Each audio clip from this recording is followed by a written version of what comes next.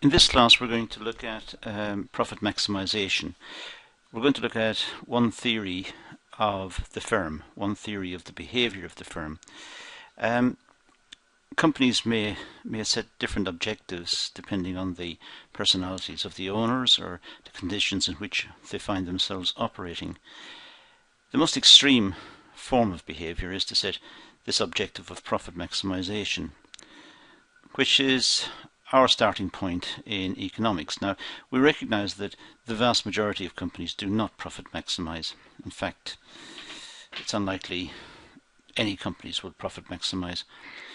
There are different objectives that companies may set. They may set a profit goal or a percentage return on the capital, or they may set some objective for the growth of sales or the level of sales in the market. So profit maximization is not one that normally jumps to mind, but in economics it's the starting point. This is the most efficient model. This is the most extreme model we've got. And we start from here, and then gradually we relax the assumptions and we can talk about other forms of business objectives. So let's start with profit maximization, the extreme view.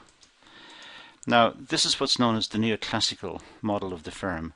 Neoclassical economics is what is studied at most colleges and universities, and this is the Neoclassical Model of the firm. It's the very extreme model. It's unlikely it'll ever be encountered in real life, so we use it as a model. It's the starting point. It's the point of reference. It's a theory, and we can measure all the other models against it. So that's why we use it. It's a theoretical firm. It doesn't have to correspond to any actual firm. It's our thinking about the extreme form of behavior, extreme efficiency, and lots of strange assumptions which we'll come across in a few seconds, which limit the applicability of this to real life examples. We can't find real life examples, to be perfectly honest. Most companies are too complex and they don't set this as an objective. So the model is unlikely to apply in practice, since managers don't have the information or indeed the motivation to profit maximize. It's an extreme model, extreme efficiency, and therefore unlikely to be applied in practice. It assumes no uncertainty regarding market prices or internal processes within the firm. Everything is known, everything is certain in this model. So it's based on fairly extreme assumptions. We also say it's a static model. It's not complicated by time. It doesn't change over time. It's a static model. It's a picture of the company at an instant in time. This theoretical company that we're talking about. And finally, we say it's a rational model. Rational means maximizing. It's extreme efficiency, as I've been saying, and it's based on a mathematical view of the firm, which is very, very strict in its application and in its methodology. Very, very strict model. So again, very unlikely that we would encounter it. It's based on what we call marginal calculations to decide the optimum or most profitable level of output. Marginal is what economics uses. Neoclassical economics uses all the time. We talk about marginal costs, marginal revenue, marginal utility. We have this concept of marginal. Marginal simply means if it's marginal cost, it's the cost of the last unit. If it's marginal revenue, it's the revenue received from selling the last unit. So it's the revenue from the last unit sold. Or if we're talking about marginal cost, it's the cost of making the last unit that was sold. We'll come across this concept again shortly. It's also worth noting that this is one model of the firm. There are many models available. As I said to you a few moments ago, it's the case that in economics there are models talking about sales maximization, growth of sales maximization, growth of the firm, return on capital, and there's ones called satisficing, which people just make enough money and they're quite happy, the company's running, they're reinvesting, they're happy, they're not maximizing anything. So there are many different models of the firm. This is the strict one at the start, and it's important that we understand this one so we can talk about it, criticize it, and use it as a standard for comparison for other firms and other models. So let's start. Let's start with the diagram. Here we have marginal cost, marginal revenue. Now, the shape of the marginal cost and the marginal revenue is explained elsewhere. So we'll just take them as that. If we produce 1 unit of output, the cost of producing that 1 unit is more than the revenue we'd get from selling that unit. So the little red, it's almost a rectangle, the little red shaded area is the loss associated if we produce 1 unit of output. Just 1 unit, the costs, the marginal cost, the cost is higher than the revenue, the amount we get from selling it. Therefore, there's a loss on that unit. Now, if we do that for several units, you can see the little red rectangles becoming less. But there will also be a point, I'll put the cursor onto the slide, just a moment. There you go. There's also a point here where the cost of making the unit is exactly equal to what we receive from that unit. So we break even on that unit there. Just that unit. We have a loss on the one before it, a loss on the one before that, a loss on the one before that, and so on. So this area in here is our accumulated losses.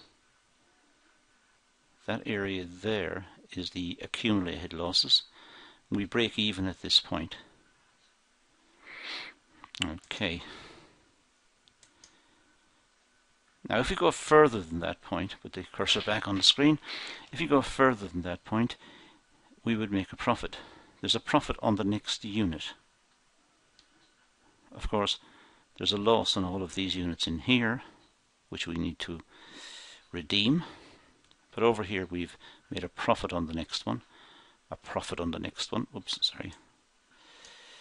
A profit on the next one, a profit on the next one, a profit on the next one, and so on. So we're making a profit on each one of these, and we break even at this point over here. So we break even over here. But we've made profit on all the previous ones. But of course we have to allow for the losses at the early stage. So a different way of looking at this is using totals. Here's the total cost curve. That's believed to be the typical shape. Here's our total revenue curve, and you can see we have a break even here. We have negative profits here, so if we draw this one as profits, negative profits, i.e. losses, and then we go into profit. Profit is this area up here. Here we've got profit, and down here we break even. We break even there. So this diagram, the one we talked about earlier, is reflected in this one down here.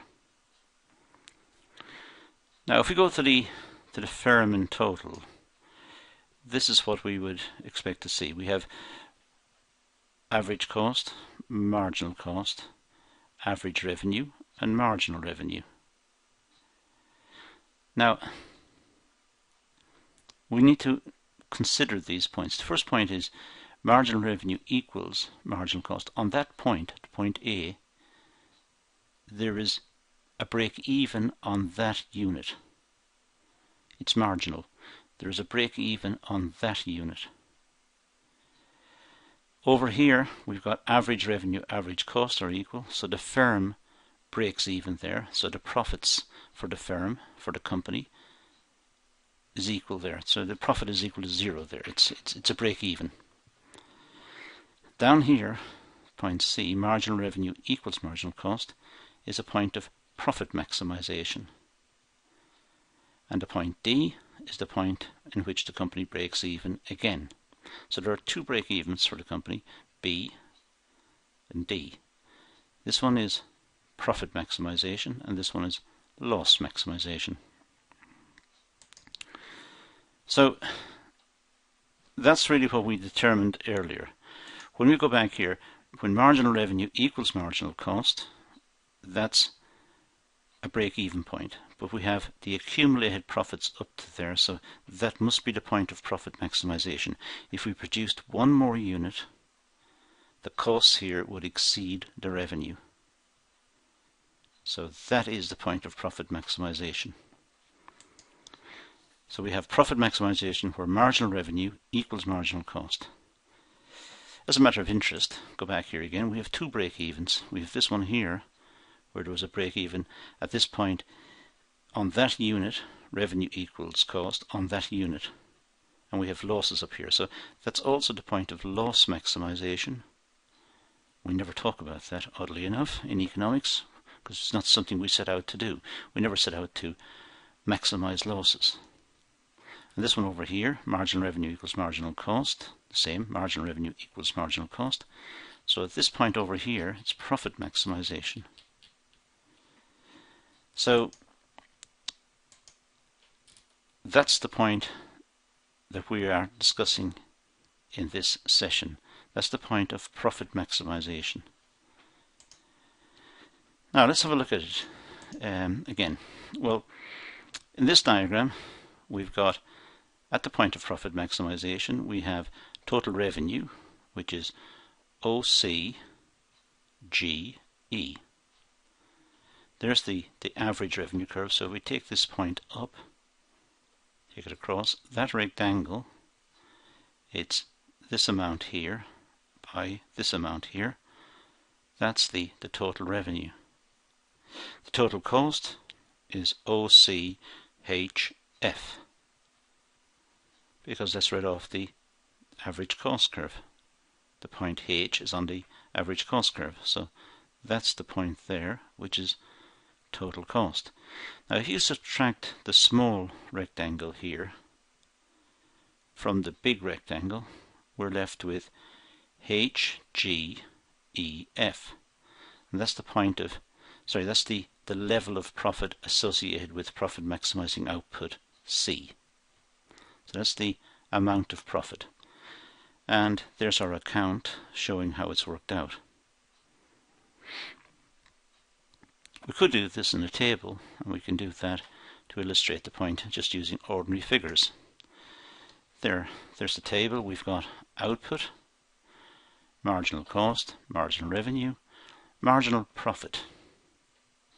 It's the change in profit as output changes, and total profit. So if this is the marginal cost, that's the marginal revenue, subtract one from the other, we get marginal profit. Revenue is 20, cost is 5, profit is 15. Total profit is 15. Here, marginal cost has gone up, marginal revenue has gone down. 18 minus 7 is 11. Add the 11 to the 15, because we made 15 profit before on the first one. We've made 11 on the second one, so our total profit is now 26. On the third unit, it's 10, 16. So the marginal profit is 6. 16 minus 10.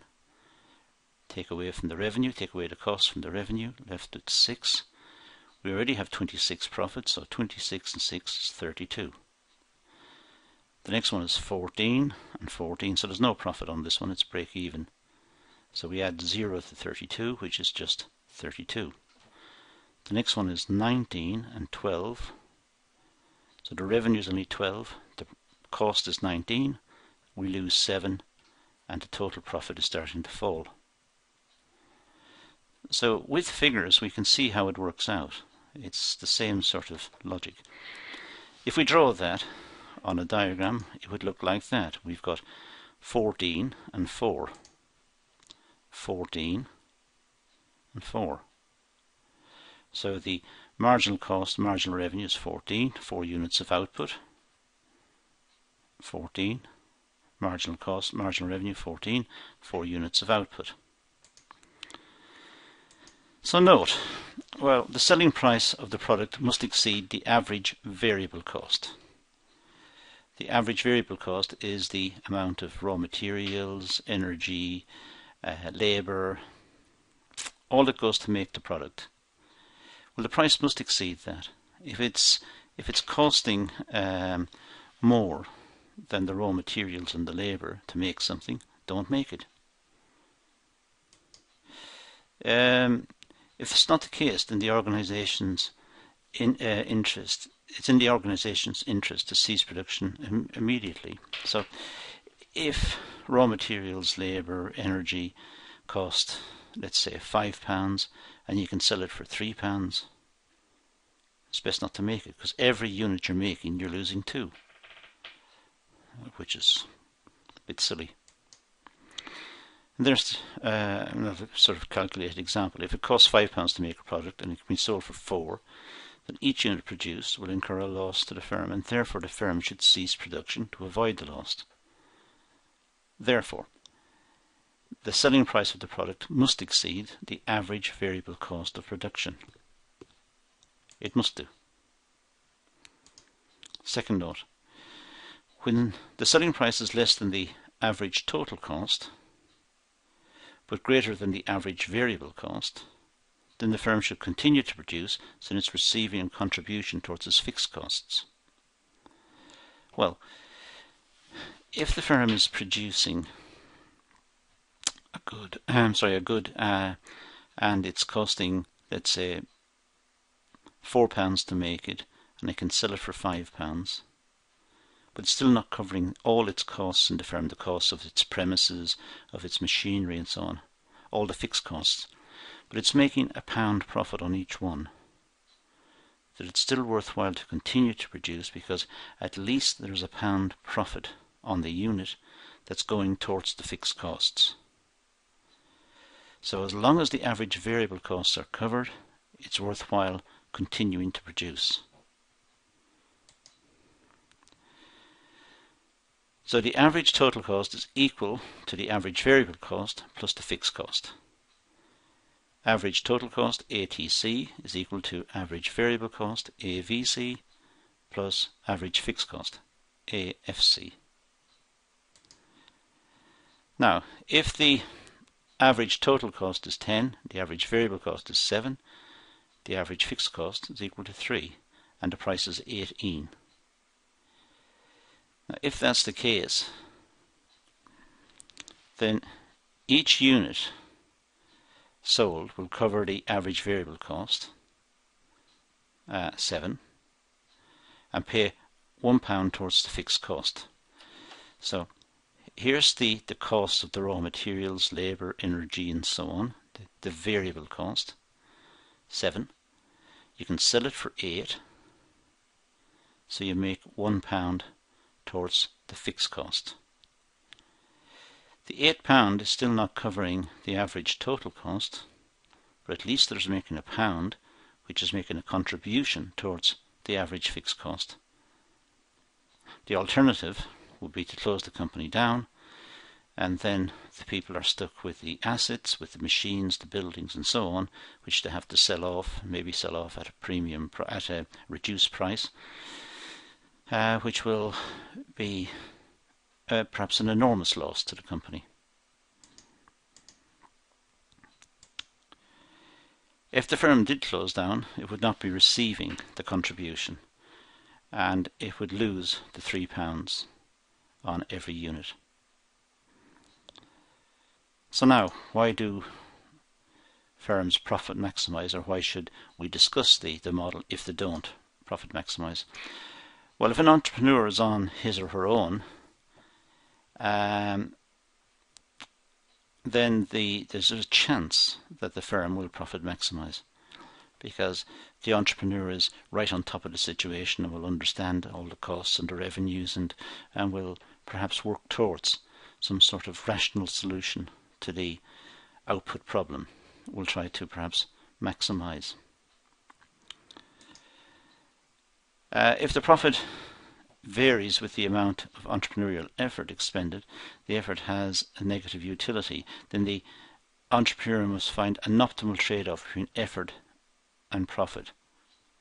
So the danger here is, what this means is that entrepreneurs, if they are single owners of the business, they may work too hard, have a negative utility, a negative pleasure, a negative effect on them, perhaps their health, they're overworking. So even though the entrepreneur knows about profit maximization and knows how to do it, it may not be worthwhile doing it because it'll affect his or her health, it'll affect their performance, long-run performance in the market, in the business. So there's a trade-off to be had between the effort that people put in to profit maximize and the benefits of profit maximizing. But there again, profit maximization may be forced on the entrepreneur by competitive pressure by other companies, but it may not be a good long-run solution. Now let's look at the criticisms of the profit maximizing model.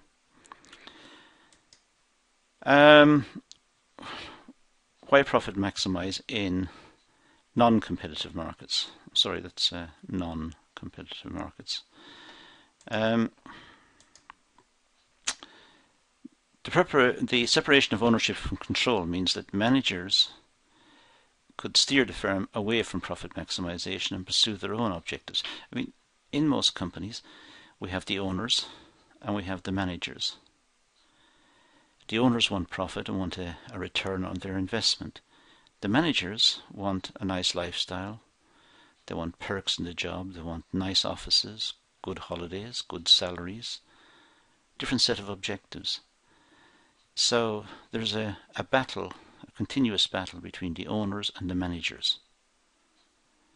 And if the managers are very strong in a particular company, because of their expertise perhaps, then they could steer the company away from profit maximization.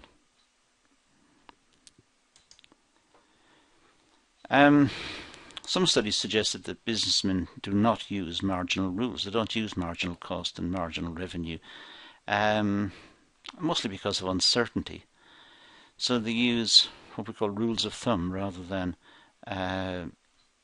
marginalist techniques in setting prices. They look at the market, they think what the market will take, they set a price accordingly. If they're selling well, they might increase the price slightly. If they're not selling, they might reduce the price. It's not necessarily done on marginal calculations. So that's an overview of this very important model of profit maximization. It's not very realistic in terms of the fact that we can't observe it readily in the real world. But as a model, it's very important because it's a starting point for us to consider other models which become progressively more realistic. And we're moving away from this super efficiency model towards perhaps ideas of the organization which are based on people and people's motivations and other qualities, not necessarily the strict economic interpretation that this model gives us. So plenty to think about in this particular session. Thanks for watching.